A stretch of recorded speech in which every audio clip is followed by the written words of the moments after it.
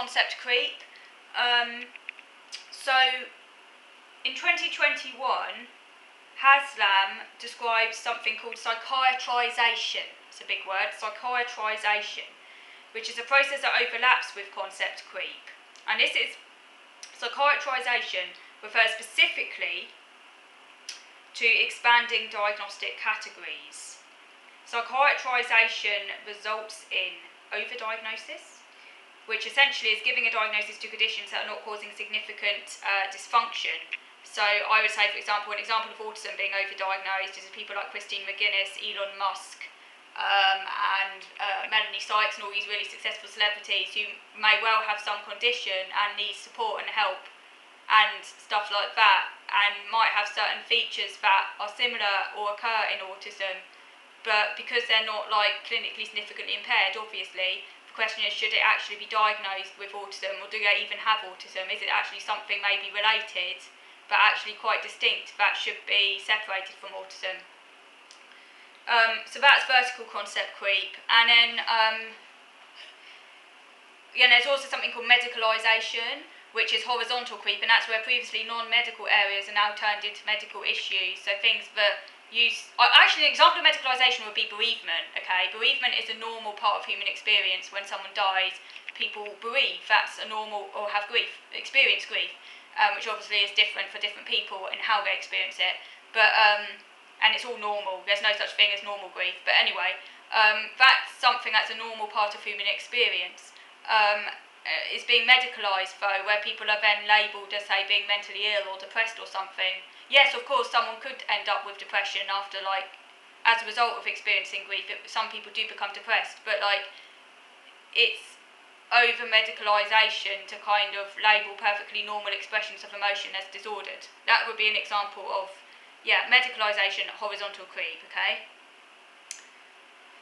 Psychiatrization can be bottom-up, where members of the public start using psychiatric language. I thought this was quite ironic, actually, because the neurodiversity movement claims to be anti-medical, and yet they use autism a lot, and they self-diagnose themselves as autistic and things like that. So they actually use, while saying they're against the medical model and everything like that, they actually use medical language. Like, if they really were against the medical model, they wouldn't actually be describing themselves as autistic in the first place, you know what I mean? Because that is actually a medical label, because it's actually quite ironic. yeah, irony. It's quite funny when you think about it. Now, there are positive consequences to concept creep. One such positive consequence is the increased attention that is paid to harms that were previously dismissed. So, in the example of autism, there are definite positive consequences in terms of people... There's definite positive consequences in terms of people getting more support. Well, actually, there are question marks, but actually to what extent people are getting more support. But I mean, certainly things are better for autistic people than they were, say, in the dark ages, when many people now diagnosed as autistic, including myself, would not have got that understanding. Obviously, Asperger's syndrome itself, when it existed, was a very, very young diagnosis. It was only actually in the DSM, only actually entered the DSM, I think, in 1994, so when I was like 6, turning 7. And then it was ejected from the DSM in 2013, so it had a very, very young existence.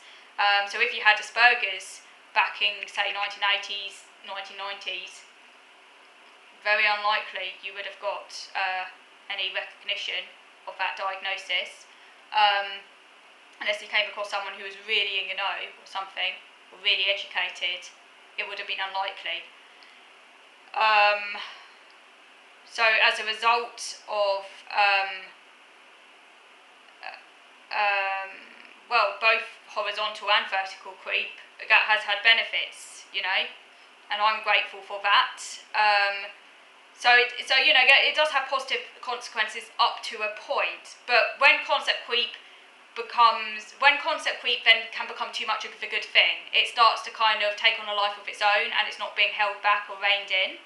That's when the floodgates start to open and a concept starts to lose all meaning. And indeed, I know that Lorna Wing and I think it's Lorna Wing, or was it Judith?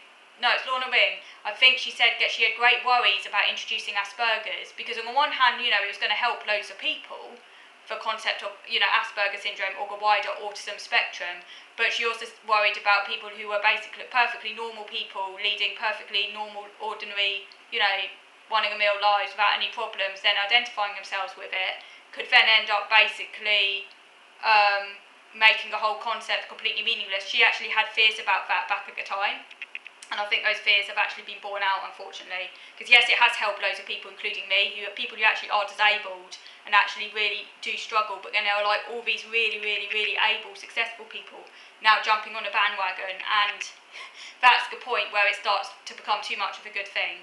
So you do need some concept creep. Some concept creep is vital. Otherwise, we end up with stagnation. And you don't make any progress as a society. You know, if everything was static, you know, we'd still be in the dark ages. Like, you know, we do need to progress. That's so important, and concepts progress all the time. But there needs to come but at the same time, we do need to rein it in as well. We do need to have boundaries as well. As with everything, anything can become too much of a good thing when it becomes too extreme, can't it? So it runs the risk of semantic dilution by using the same words to describe mild and extreme versions of human experiences. So my version of human experience is pretty extreme. You know, I can't work. At the moment I'm pretty much stuck at home. You know, I'm very disabled in some. You know, I'm not like, I have an okay life. You know, my life is as good as it can be. But like, I am disabled. I'm not going to ignore that. You know, there are so many things I can't do because of my conditions. And it really takes a mickey when people trivialise both autism and OCD. Oh, I'm a little bit OCD. Oh, I've got a bit of OCD. Or like, you know, people like these really successful celebrities saying they have the same condition as me. It's like, what? But anyway, people who have extreme experiences may have experiences minimised if it seems everyone has the same version of experience. Exactly it. I do not have the same condition as Melanie Sykes. You know, they might call it autism, they might, whatever it is, I do not have the same condition as her. They need to create new names, because I do not have the same condition as her. Just as I don't have the same condition as a non-speaking or minimally verbal, you know, profoundly autistic person, they need a separate condition to distinguish themselves from me, because they're not the same as me either. And yet the same term autism is used for all of these conditions. There definitely needs to be some separation going on, you know. Take another video. Precise language. It's all about precision. Precise language facilitates communication. And broadening concepts too much can make it harder to be precise. Exactly. And that's the whole problem with them getting rid of Asperger's. Asperger's wasn't ideal. And maybe we did need a new name for that particular type of autism, if you want to call it that. But like, you know, and it did need revision, essentially, and it was never a mild condition. People used to say, oh, it's just a mild form of autism, but no, that doesn't make, that's concept creep, because that implies it's the same thing as classic autism. But if it's a distinct condition that is not the same as classic autism at all, why are we even comparing it to classic autism? I don't give two hoots if there's someone out there, you know, more severely disabled than me. That is not my problem, okay? My problem is that I'm disabled, and I'm severely disabled for myself. You can't compare one person's experience to another like that. By putting it all in the same category, you end up trivialising everyone's experiences, and it's just not good. We need to have clear distinctions. Asperger's was not a mild form of autism. It was a very severe condition in and of itself, and it should be treated as such. Asperger's describes people who are highly verbal, who are intelligent verbally, and you know, might have some degree of insight and an awareness, maybe, even if that's late to come, but are, you know, highly verbal essentially, and yet very disabled. And it should never have been seen as some mild kind of like thing, because it isn't. And that's a problem with concept creep. But anyway, yeah, precise language.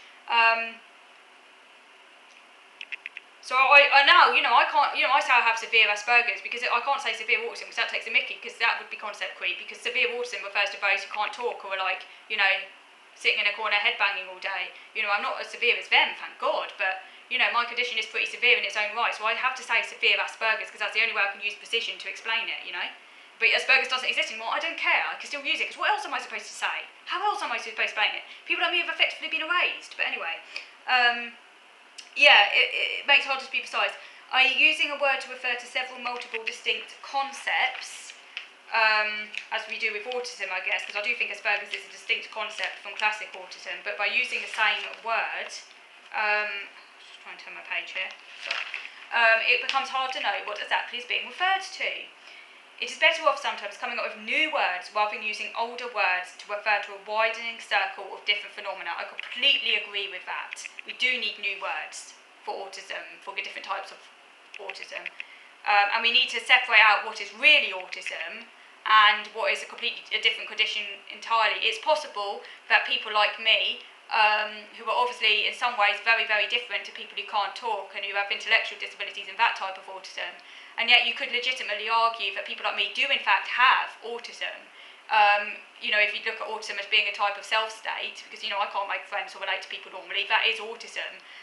But, obviously how it appears is different, because if you have verbal ability, it's obviously going to affect you in a different way. It shouldn't be compared to that other type of autism, but it is distinct. But again, you could argue that people who can have relationships and seem to have perfectly normal ability in that area actually aren't autistic at all, and maybe I need to create a new name for them. But anyway, that'll take a whole other video. So just because A, B and C have similarities does not mean it's necessarily useful to call them all A. Exactly. So let me know what you think, and thank you for watching.